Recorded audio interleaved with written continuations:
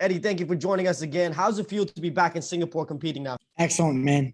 I always did well as a tournament fighter. Back in the day in 2005, 2006, just when Dream was doing her lightweight Grand Prix or Bellator or whatever. I always did well in tournaments. I don't even know if I ever lost a tournament fight. So to get turned over, I'm able to add to everything that I did during my camp. I'm able to add to it.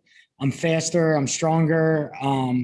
My timing is better. I just think staying more active for me, it's not something I like to do. I like to fight and then go home to my family and vacation and do what I want. But I know it's a necessary evil if I want to compete at my highest level. Now, the result of this DQ review is out. Has now been changed to a no contest. Are you happy with that decision? Yeah, I'm happy.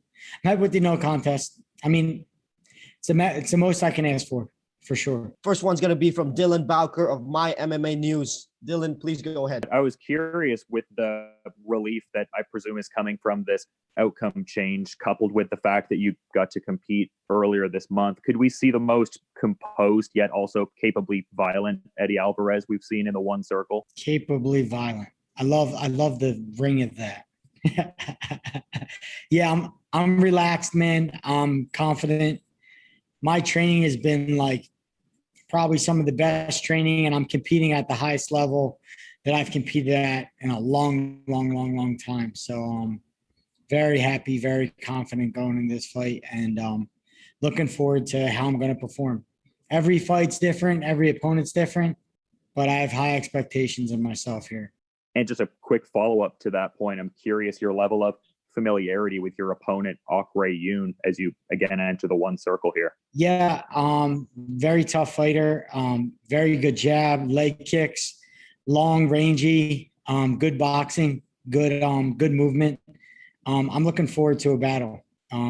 He's game. I think he's a lot more game than a lot of the other fighters on this roster. I think he's willing to hang in there and fight it out to the end. And I respect that. I actually have really good fights with guys like that. It always takes the right dance partner to put on a great fight. And I think Oak is. I think he's the right dance partner to get it done.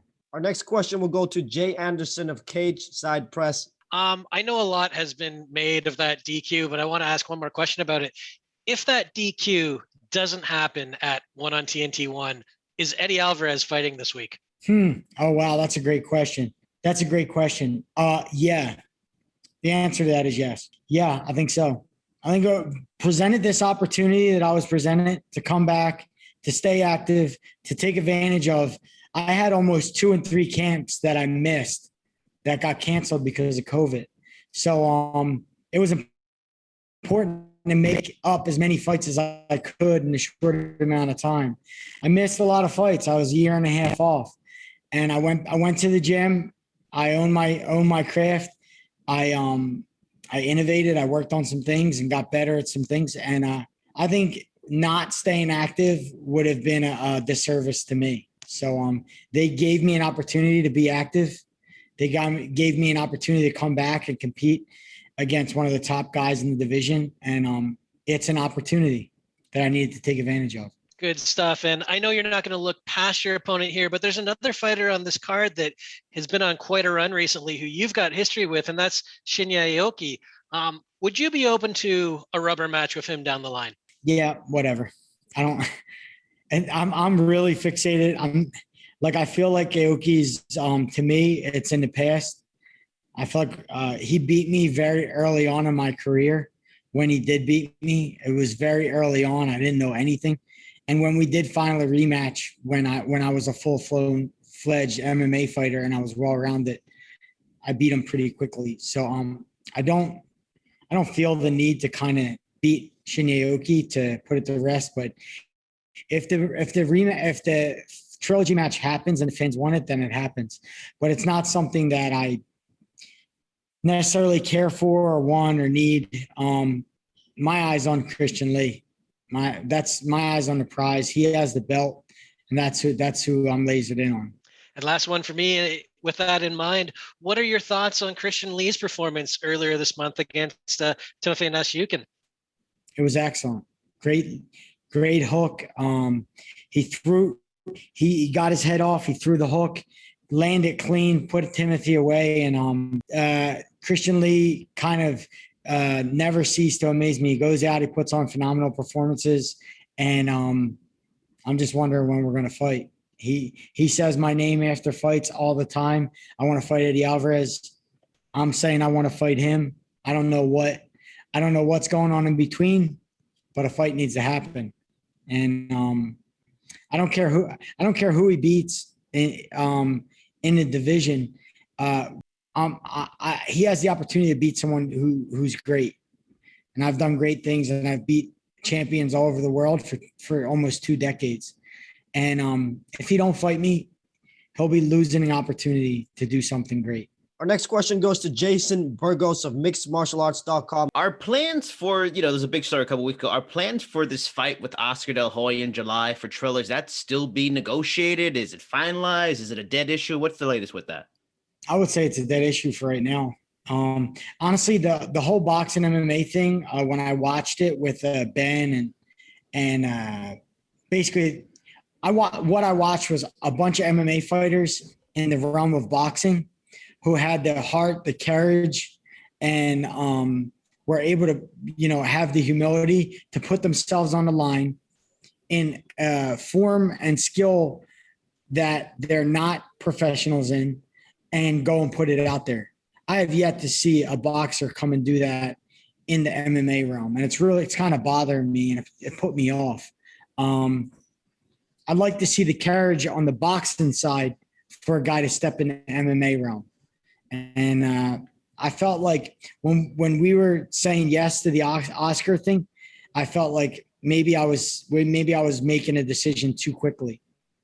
That I just feel like this is my sport. This is what I've done my whole life. And if you want a real fight, this is a fight. MMA is a fight. Boxing is a fifth of what we do. It's a part of it. It's not a fight. It's boxing. It's not a fight. MMA is a fight. It's everything.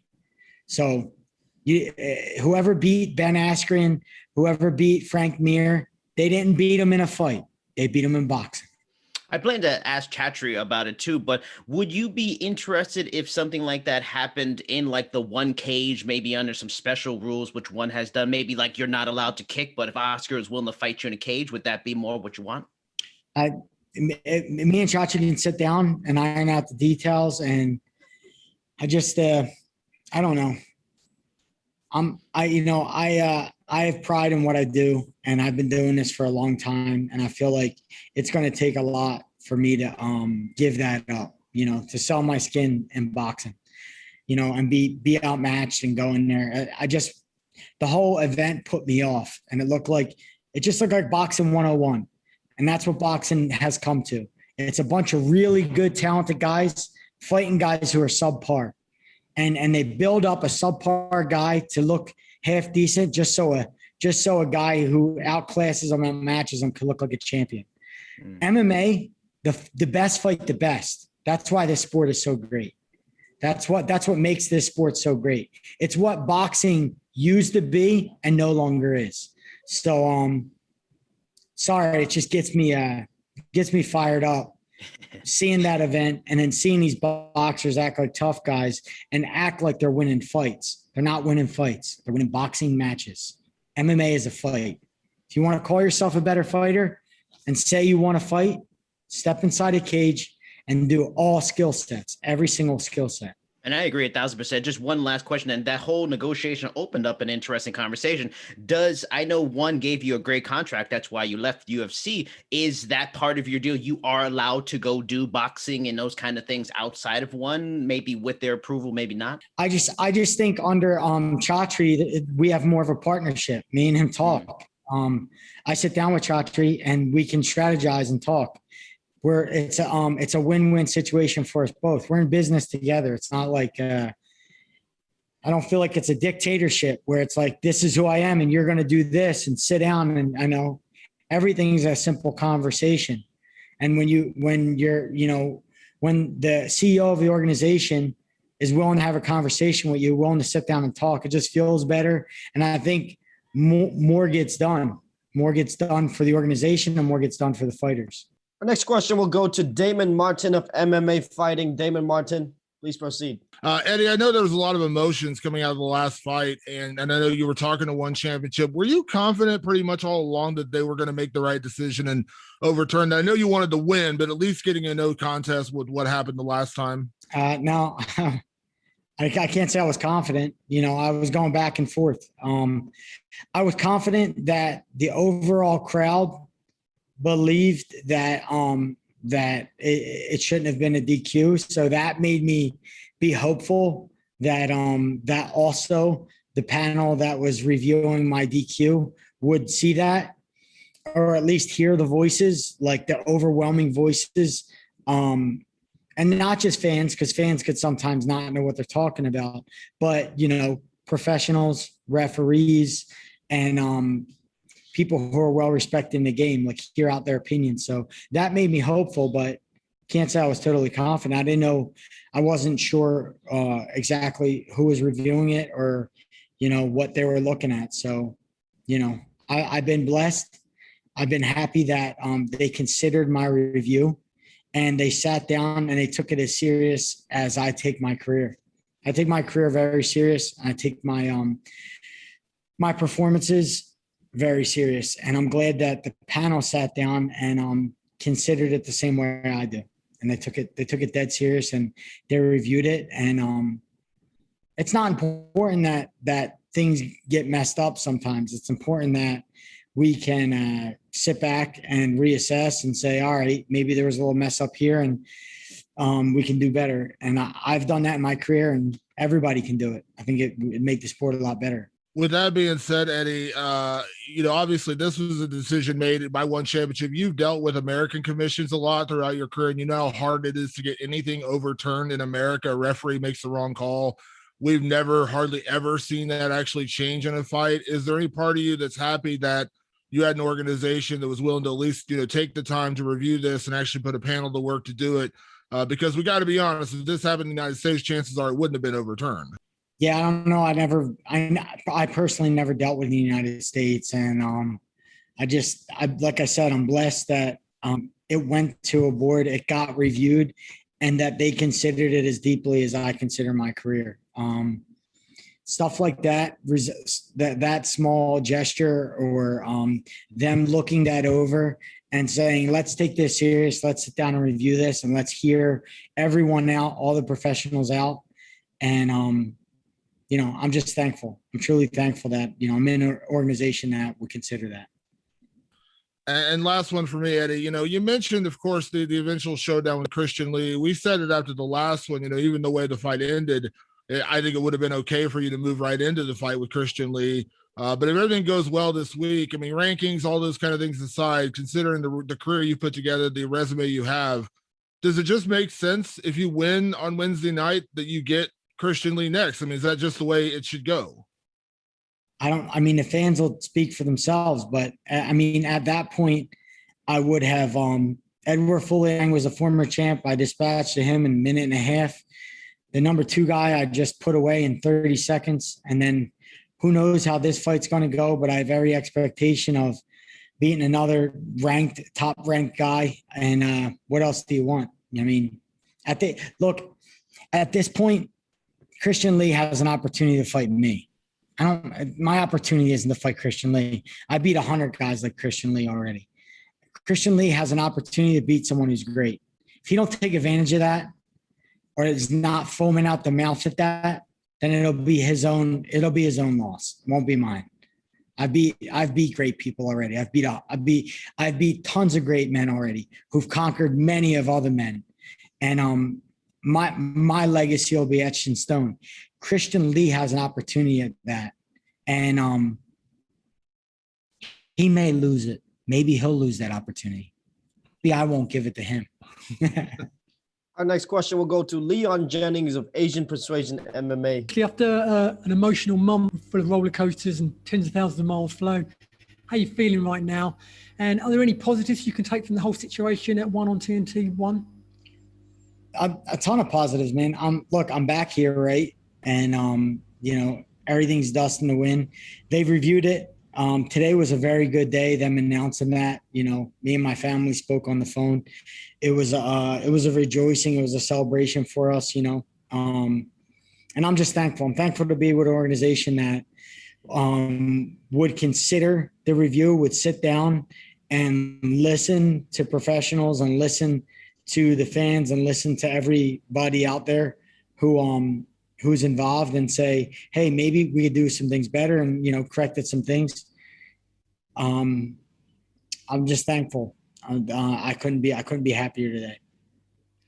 After Christian won, beating Estiukin, I spoke to him. He's due to have a baby any minute now. He said he probably won't fight towards the end of the year.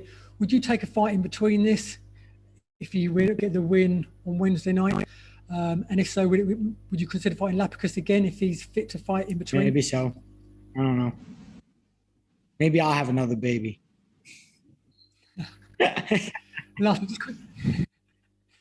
Last, quickly, how do you see the main event going between Ong Lao and Song and Wenair de Ridder? Oh, I got to go with my man Ong. Ong's battle tested, man. He's a warrior. And I love him. He has a heart of gold, and he has a warrior spirit. So can never bet against Ong. Up next will be Tom Taylor of Bleacher Report. Obviously, this is, kind of unusual circumstances for a fight. But how much training have you actually been able to do between that fight with Iuri and this fight this coming week? I mean, can you kind of describe this compacted little training camp you've had for us? See my eye? Looking good. As soon as I landed from Singapore, I got right to work, man. I didn't waste any time. I got two. We went from Singapore. I got back home. I think I got back home Sunday morning on JFK. I enjoyed the day with my family. I think I did go running on Sunday night, regardless. And then I spoke with my wife about the possibility of coming back here. I spoke with One Championship and seeing if it was going to happen, the reality of it. And I think within a few days, we ironed it out and figured it out. And I was sparring that Tuesday. So I didn't miss. I don't think I missed a single training session. Awesome. Looking a little further down the road, you've mentioned, many times that your goal is to win the one lightweight title and find a space for that between the Bellator and UFC titles on your mantle. That would be an amazing feat. But I mean, if you accomplish that, what's next? How do you possibly one up that? What's the next goal beyond that? I mean, when I accomplish that, like Thanos, I am inevitable. I'll get the last stone and I'll defend it. It's that simple. I don't make too many plans too far out. I join organizations and I want to be the champion. I get fixated on it and I make my goal. I don't make a plan B or plan C. I'm not that. I make one plan and I make sure that I focus on that and that I get to it. So I win the one lightweight title. I defend the title. And then who knows? Then maybe one will have super fights. There's plenty of guys, killers in this division, up and coming guys and guys that are already here to defend the belt against. I just think just being the reigning lightweight champion of One Championship. Next question goes to Jack Gottsell of Tarpsoft Sports. So you just said you plan to accomplish the ultimate feat of winning the one championship, but would that be the toughest championship you've won? I know you've won the UFC, you've won Bellator, but you've gone through so much, the travel from the US to Singapore, the disqualification. Does all that make this so much more special for you, or? I just think it's where I'm at in my life that makes it the most difficult title to win. I've been in this sport almost 2 decades. It's very easy when you're young to be excited about a sport, to be a champion and get up early and go to bed late. But I had an unbalanced life when I was younger. So it was easy for me to just go after it and focus on that. But I have 4 children at home, a lovely wife. I have financially, I do not have to fight. I can do whatever I want. I have a great balanced life outside of fighting. Fighting is something I do. I don't have to fight anymore in my life. So I'm at a really good place.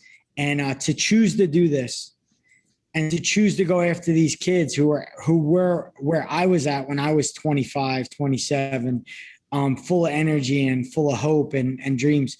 I'm competing with the best guys in the world right now, the youngest, the toughest, the hungriest in the world at one championship. And I'm beating them, and I'm beating them soundly. So to go after this and to win this title will be the hardest title that I've ever won. Yes.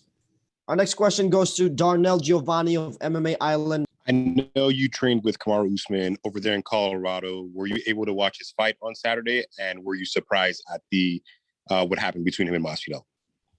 So I was only able to see the replay because I was on the plane. I only got to see like the prelims and stuff like that when I was in the airport, but I got on the plane. I wasn't able to see the fight in its entirety yet.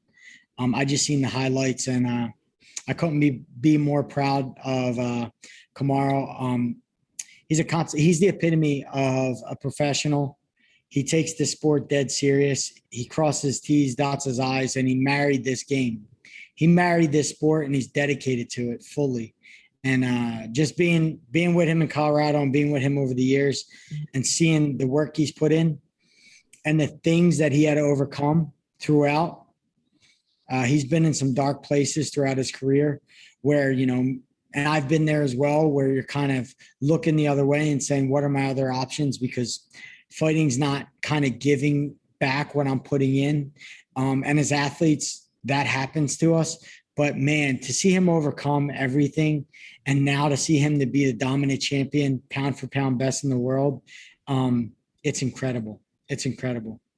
That's awesome, Eddie. And just want to ask you one last question. Of course, you are a guy who likes to talk about stocks. Would you ever consider writing a book, maybe doing a YouTube channel to explain all the investments you make?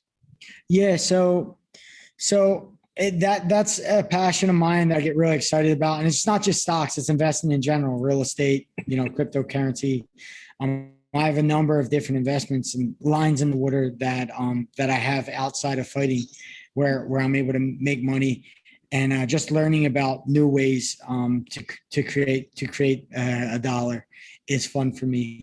But I believe me and a friend are going to start like a registered investment agency and maybe do something for athletes and fighters as far as being able to invest their money, being able to make a return on their money, and then doing something educational where they can learn about how money works and just the idea of investing it. So like that, I think something would be fun for me. It'll be a chance for me to kind of, I say to everyone, all my friends, that it's better to eat with your friends, and just saying it's fun to make money for me.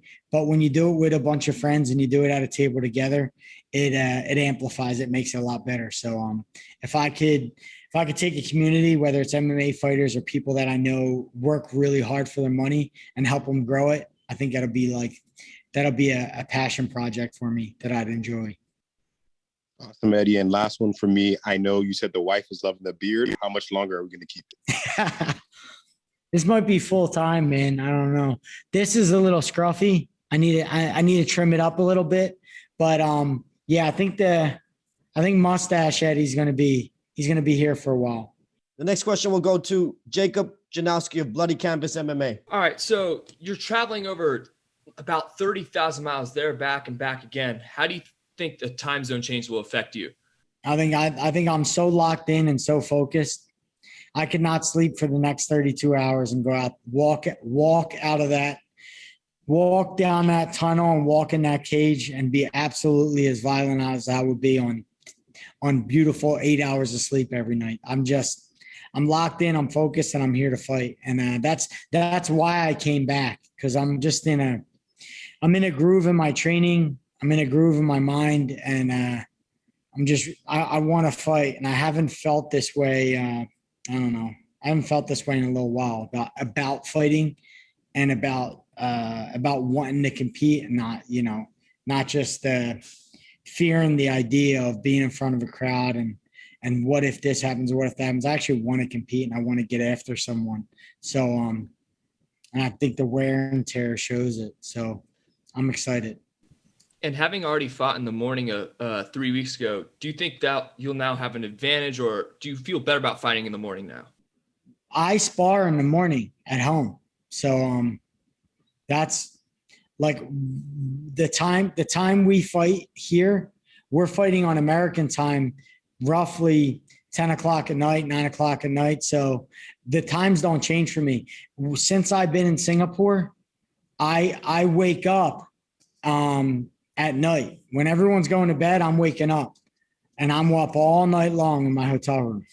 I'm staying on US time. I'm not changing to Singapore time. I'm keeping my US wake up and I'm keeping my US time frame. And now, having been with ONE for a couple of years, what impact has ONE championship had on you as a person? So as a person, I just think just Asia in general, when I fought over here in 2006, met the fans and understood the culture of fighting here, which is a lot different than America.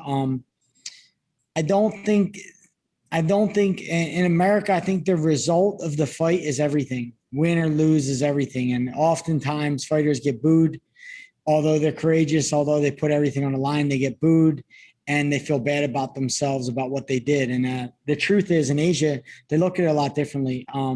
They applaud the courage of the fighter just for making the walk, for competing at a high level and fighting with a strong spirit. That's what's applauded. It's not so much the win or the loss. It's how you fight and the manner you fight in, the spirit you fight in. And that's just who I am. And that's what I would want to be commended for me, because I'd want to be commended off my effort and my effort that I gave and who I competed against. That's all the time we have. Thank you so much, Eddie, for your time. All the best.